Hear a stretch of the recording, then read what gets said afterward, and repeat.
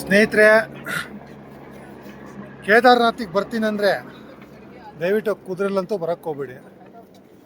Government rate ಬಂದ್ಬಿಟ್ಟು 2026, government rate ಬಂದ್ಬಿಟ್ಟು 3800.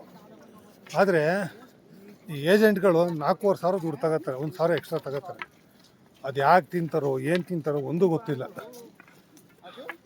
ಇಲ್ಲೇ ಬಂದರೆ ಆರಾಮಾಗೆ ಗೋರ್ಮೆಂಟಿಂದ ಟೋಕನ್ ಫುಲ್ ಖಾಲಿ ಇರ್ತದೆ, ಆರಾಮಾಗಿ ಹೋಗ್ಬಿಟ್ಟು ಅಲ್ಲೇ ನೀವು ಬುಕ್ ಮಾಡ್ಕೋಬೋದು. 3500 ರೂಪಾಯಿ ಕುದುರೆ, ಡೋಲಿ, ಆಮೇಲೆ ಈ ಪಿಟ್ಟು. ಈ ಪಾದಯಾತ್ರೆ ಮಾಡೋ ಬದಲು ನನ್ನ ಪ್ರಕಾರ ಕೇದಾರ್ನಾಥಿಗೆ ಹೆಲಿಕಾಪ್ಟ್ರಲ್ಲಿ ಬರೋದು ಉತ್ತಮ, ಭಾಳ ಅಂದರೆ ಭಾಳ ಉತ್ತಮ. ಗುಪ್ತ ಕಾಶಿಯಿಂದ ಡೈರೆಕ್ಟ್ ದೇವಸ್ಥಾನ ಹತ್ರನೇ ಬರ್ತದೆ ಹೆಲಿಕಾಪ್ಟ್ರು. ಒಂದು ಸೈಡು 6200 ಏನಪ್ಪ, ಹೋಗ್ತಾ 6200, ಟೋಟಲಾಗಿ ಒಂದು 13000 ಖರ್ಚಾಗ್ಬೋದು ಅಷ್ಟೇ. ಆದರೆ ನೀವು ಡೋಲಿಗೆ ಹೋಗ್ತೀನಿ ಅಂತಂದರೆ 10500 ತಗೋತಾರೆ. 4 ಜನ ಬರ್ತಾರಲ್ಲ, 10500 ಒಂದು ಸೈಡು, 2 ಸೈಡ್ ಅಲ್ಲ. ಅಪ್ಪ ಏನ್ರಿ ಇಲ್ಲಿ ಅಷ್ಟೇ ಕಷ್ಟನೂ ಇದೆ, ಅಷ್ಟೇ ಮೋಸನೂ ಇದೆ ಬಿಡಿ. ಭಾಳ ಹಿಂಸೆ ಮಾತ್ರ. ಫಸ್ಟ್ ಇದು ಈ ಏಜೆಂಟ್ಗಳನ್ನ ತೆಗೆದಾಕ್ಬಿಟ್ರೆ ಭಕ್ತಾದಿಗಳಿಗೆ ಎಷ್ಟೋ ದುಡ್ಡು ಉಳಿಯುತ್ತೆ. ಕೇದಾರ್ನಾಥ್ ನೋಡ್ರಿ ಬಂದ್ವಿ.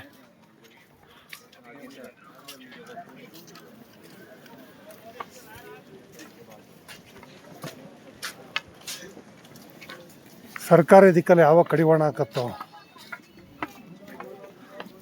ನಾವು ಎಷ್ಟೋ ಟ್ಯಾಕ್ಸ್ಗಳು ಕಟ್ತೀವಿ ಸರ್ಕಾರಕ್ಕೆ. ಒಂದು ರೋಪ್ ಏನಾರ ಮಾಡಿಬಿಟ್ರೆ ಮುದುಕರುಗಳಿಗೆ, ವಯಸ್ಸಾದವ್ರಿಗೆ ಭಾಳ ಅನುಕೂಲ ಆಗುತ್ತೆ.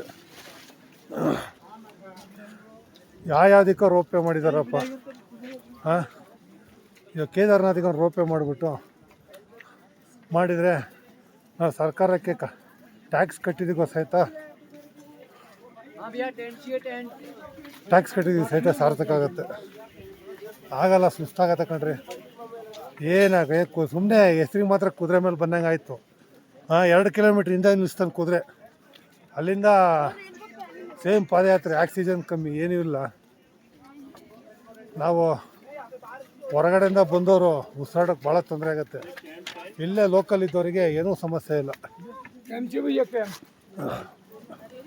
ಹಬ್ಬ ರಾಮ ನೋಡಿ. ನಾನು ಹೆಲಿಪ್ಯಾಡಿಗೆ ಬುಕ್ ಮಾಡಿ ಅಂತಂದರೆ ಯಾಕೇಳಿ, ಹೆಲಿಪ್ಯಾಡ್ ಇಲ್ಲೇ ಹತ್ರ ಇದೆ, ದೇವಸ್ಥಾನಕ್ಕೆ ಭಾಳ ಹತ್ರ, 500 ಮೀಟ್ರ್ ಅಷ್ಟೇ.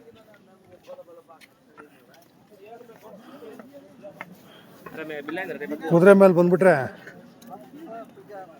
ಉರಿದೋಯ್ತದೆ ಹಿಂದೆ.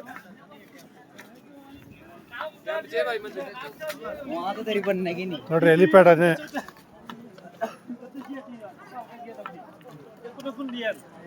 ಕಾಣಿಸ್ತಾ ಇದೆಯಾ? ಅದೇ ಹೆಲಿಪ್ಯಾಡು, ಅದೇ ದೇವಸ್ಥಾನ.